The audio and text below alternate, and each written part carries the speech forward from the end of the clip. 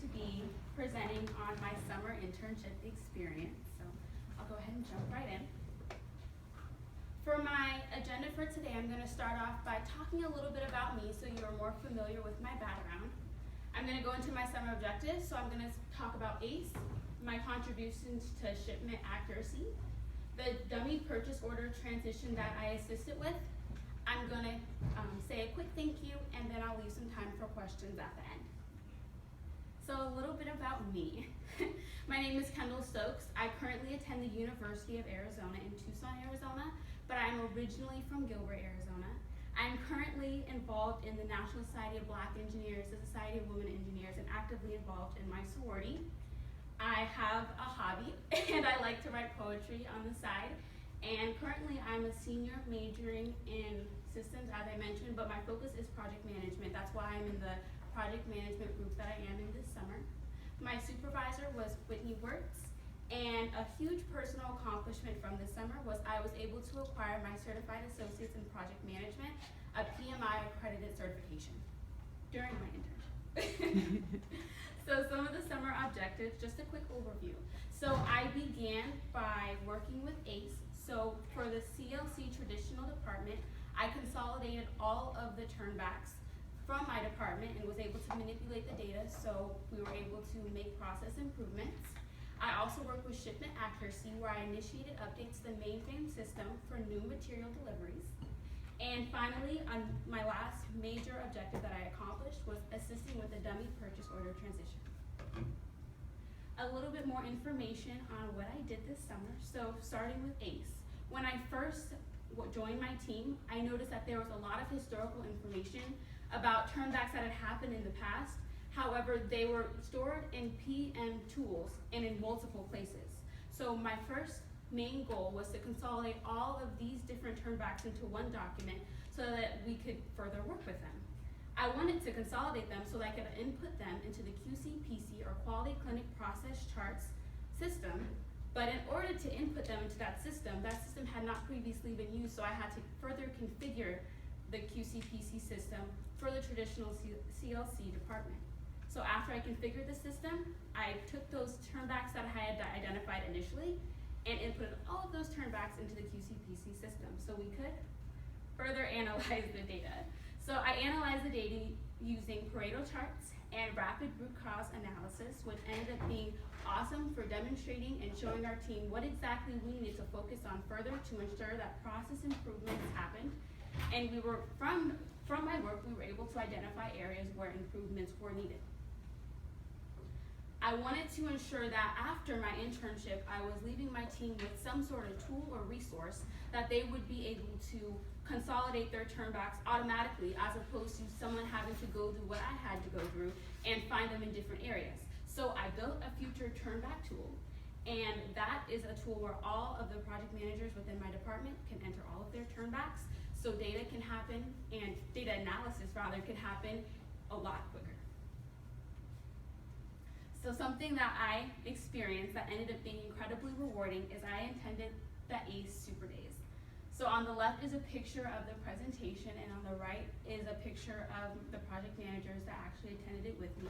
It ended up being an incredibly rewarding experience. I was able to learn so much, and it was great to be around people from so many different environments and parts of the company, and really take in all of that diversity of thought that everyone brought in some of the discussion times that we had during the ACE Super Days. So my next major objective that I was able to complete this summer was with shipment accuracy. So when I first came into my role as an intern, there were different new material shipment addresses from ELOG to mainframe, and sometimes even the submitted shipping instructions for multiple projects. So what I worked to do is I contacted the superintendents directly, and I ensured that the mainframe shipping addresses were accurate. So that would reduce the turnbacks that did occur, not just in the project management department, but also in logistics, purchasing, and other departments within Otis. What this required of me was quite a bit, and I wanted to make sure that I stayed as organized as possible. So I created this timeline to ensure that I was addressing everything in a timely manner. So I began contacting the superintendents and I was doing everything that I can, and I wanted to make sure by 7/4/2016 that I had relayed all information given to me into the Excel document that I had to initiate the changes to mainframe. This is a picture of what the address would look like in mainframe, and that's the kind of things that we were looking to further confirm. So another shipment accuracy contribution that I made was would have me interface with the PMs, and that's exactly what I did. So I assisted in on-site requested delivery dates for the North America field offices, and I found this to be incredibly rewarding because I was able to see how the PMs interface with each other, what it was like to really be a PM, and it gave me a great overview on what the role could look like for the future. My final contribution for a major project in terms of my objectives was a dummy purchase order transition. So what you're looking at in the top right corner is what was in concept. That's what our group wanted the process to look like. It was found to be incredibly inefficient. If you're not familiar, a dummy purchase order is a purchase order that is created by the PMs, sent from information by HRCLC. So essentially, it was incredibly important that the process was efficient because all of the material that was going to be delivered to the customers was initiated by this process. But because there were so many challenges, it was identified that change needed to happen. So you can see how this was just the concept, and as I spent time here this summer, it was able to become a reality. And so I assisted in this process, and it was great to see a process improvement happen and to be a part of it. So, observations and recommendations. I was definitely able to observe the family atmosphere. I never felt afraid of asking a question, never felt like I could say something wrong or that I could do something and it wouldn't be accepted. So I worked really hard this summer, and I feel like it was just so rewarding when you're around people who are also working hard, but you're around this incredible dynamic and this incredible culture. It makes you want to work even harder. And I've been in multiple internships. This is my third internship, and I always say I've never seen anything like the culture here at Otis. Some further recommendations that I have for future internship programs is I would say that intern seating would not be mandated. I am not completely opposed to having the intern room because I do understand the dynamics and the way that we're able to collaborate and talk to people who are currently still in college and in a similar situation. However, being next to your team when you're working on a challenging project is incredibly beneficial. And I find that finding a balance between those two would probably be ideal for future internship programs. Also, a showroom tour for all interns. So I was able to see the showroom because my manager specifically had me go and wanted to make sure that I was immersed in everything. But I know not every intern was. And I found that the showroom was incredibly interesting just to be able to see how everything worked together. And I would definitely recommend that all interns have that experience, especially early on, so they can have better insight to what they were working on. Finally, I would like to say increased interaction between departments. So I did my best to interact with those around me to see how the project managers fit into the big picture, but I definitely found that it was essential to really understanding why it was so important that my group did what we did and how it was essentially a big puzzle and all the pieces just slowly coming together. So I really, really was happy that I was able to take that step. I'm getting excited.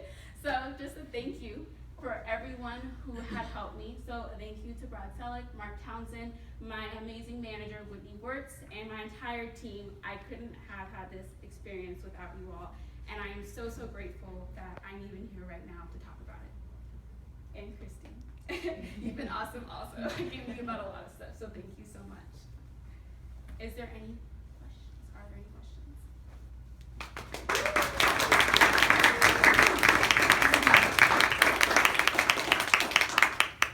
So Kendall, nice work and congratulations on a great summer here with us.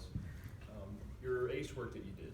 Okay. You plotted a lot of information. You showed us your chart there on areas that there are plenty of turnbacks in. So what would your suggestion be for us as you move on, things that we need to take from your work that we need to focus on next? I would say my major suggestion, would be to ensure that that central PM tool is being used. I wouldn't necessarily, because I can go back to that slide if I can go the right direction. Step one. So from this chart, this was just a general overview, and it showed that the external field and external HRCLC were in need of the most work and most assistance. But I would just basically recommend that that central tool is used so we can delve into internal drafting, internal NSM, internal PMs to truly see what aspects need to be focused on. I don't have a specific one I'd recommend right now, but I know that information is now available. Thank you. What was your favorite project you worked on? My favorite project? I would say my favorite project was my most challenging project, and I would say my most challenging project was contacting the superintendent. Were they nice to you? For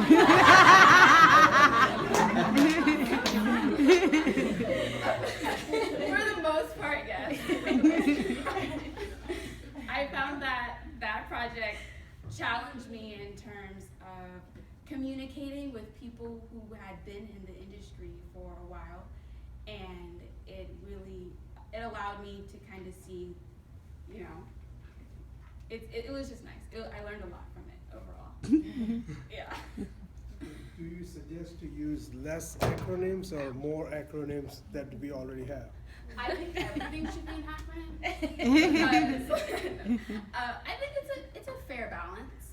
I think because of the resources that Otis provides to kind of figure out what the acronyms mean, it's a pretty good balance because you don't want to have to type out an email saying 3 things, but it's 500 words. So acronyms do come in handy sometimes. I don't know. That's my personal. Once you know what they mean. Before you know what they mean, it's a little rough, but. There's one more thing I want to add that you did that wasn't recognized on here. In the beginning when Kendall was here, we have a lot of information that's on the shared drive for us, but we don't always know when to go and look for things. Like we have to globally source a lot of our components, and we talk to a lot of people offshore, and the holiday schedule is really tough for us to look because you never go to think to look at every single calendar to make sure that they're not on vacation. And what Kendall did is she made sure that she emailed the entire team. There was just 1 week where we had like 50 email notifications from Kendall saying when on the to put on our Outlook calendar when China is on vacation, when Japan's on vacation, when Germany's on vacation, and which is a lot more than we are on vacation. But. Yeah. But it was really imperative to know these things because we are in constant communication with all of these offshore teams, and having that synced up in our calendars helps us tremendously. And that sounds like a little task, but it did wonders for us, and you did a great job with organizing a lot of our information, so thank you for that. Are there any additional questions?